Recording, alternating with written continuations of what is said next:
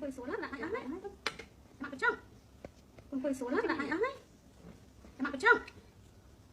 Con tranh em này con tranh em này con tranh em này ô nặng hay lắm này nặng lặng thôi nó thấy nhé ô nặng hay lắm này nặng lặng thôi nó thấy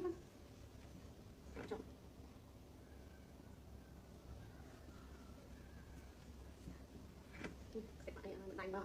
nặng ở hai này có gì vậy đánh vào nặng ở hai này có gì vậy cười gì đấy đây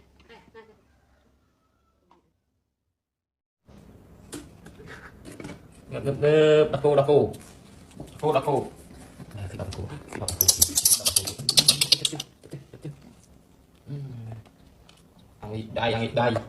đây xem vậy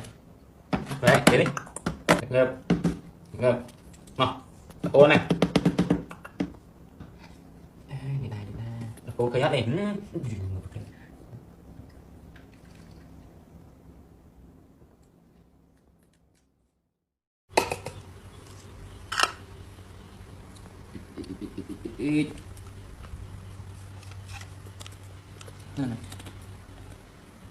này này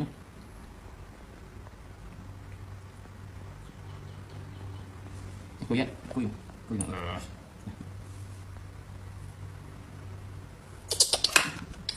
này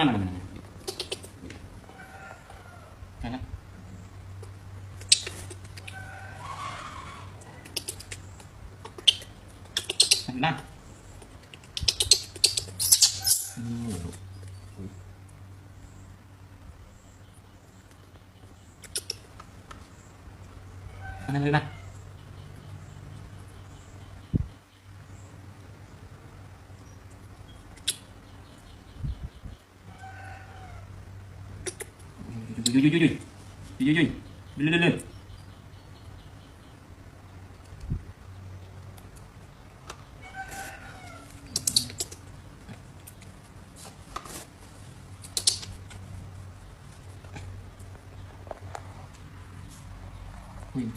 bây giờ mình lên này, để lên này,